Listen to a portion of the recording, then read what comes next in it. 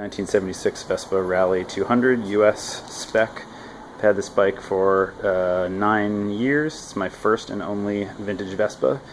In that time I've done tons of work on it myself, rebuilt the engine, new suspension, lots of little bits and pieces and things like that. And if you are like me and you have a US style pre-1980s, pre-P-Series Vespa, then you've probably experienced the fact that the original turn signal design is horrible.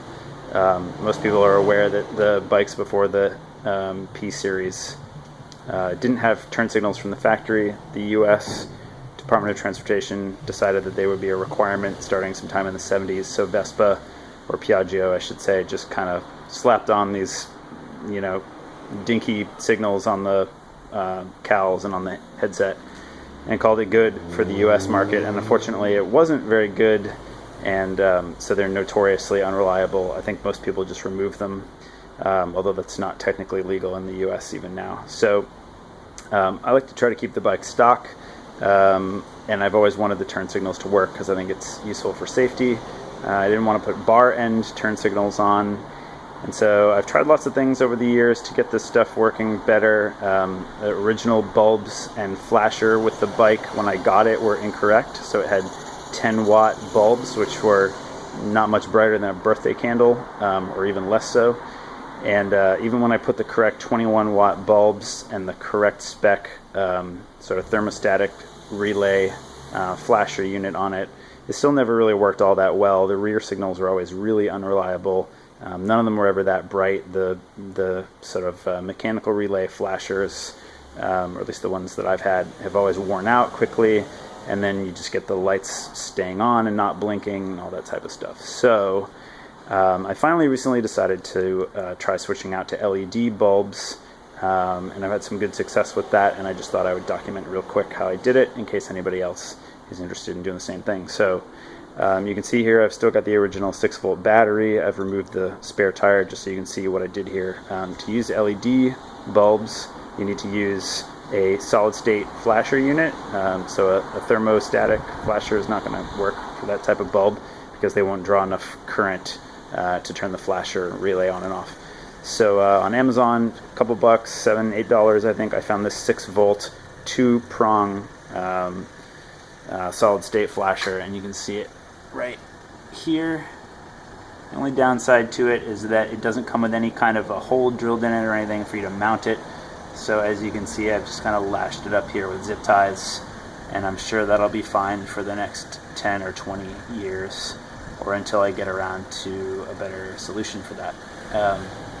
And then the LED bulbs that I used, I got from a website in the US anyway, called superbrightleds.com.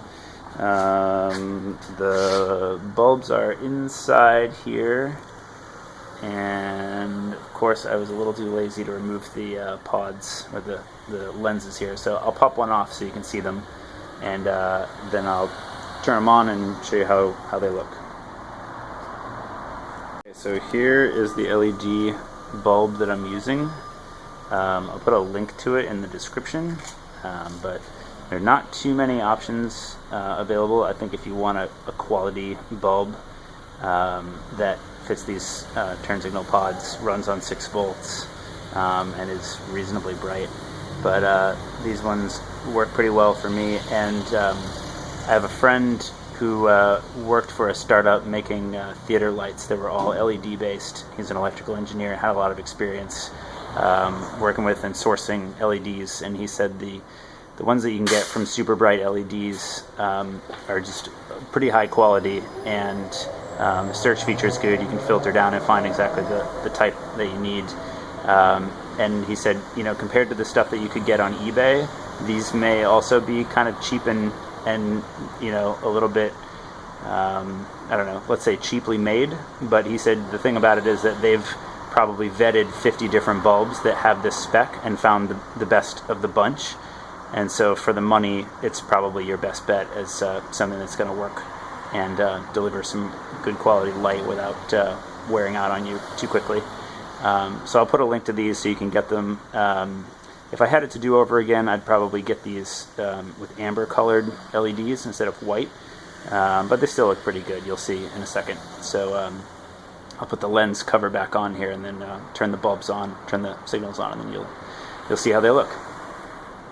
The lens cover back on here, and now I'll just turn the turn signals on and you can see what they look like.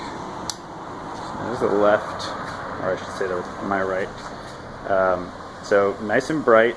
You can see they do this kind of pulsing thing when they turn off, and I think that's a function of the bulbs and not the flasher, because I had the solid state flasher with the regular incandescent bulbs for a couple weeks before the LEDs arrived, and it wasn't doing anything unusual. So I think it's just because of the LEDs. It looks a little bit weird, like a modern Mustang blinky turn signal thing, but it doesn't bother me that much. Anyway, you can see it's nice and bright, and then I'll show you how it looks in the rear. Obviously the rear is always sort of the weaker point on these bikes, but it's still more than bright enough.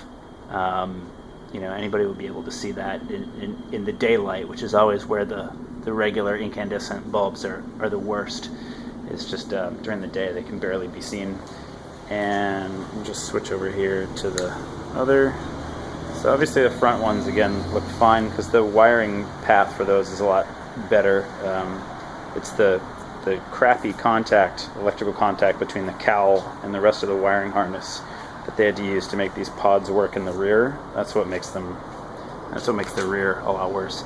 But plenty bright. When I had the incandescent bulbs on this, on one side, I think it was the left, it was just barely lighting really, and I think it's just too much resistance in the wiring through all the connection and stuff like that, and there's just not enough, you know, of a way to make the electrical connection really solid. And also this wiring in the bike is all original, so at 41 years old, it's probably pretty tired. So that's all. You get the idea.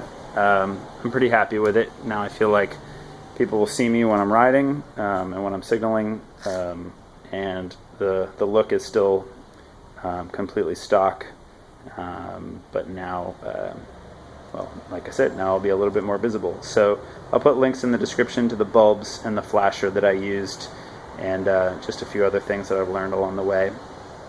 And I hope this is useful. Ride safe.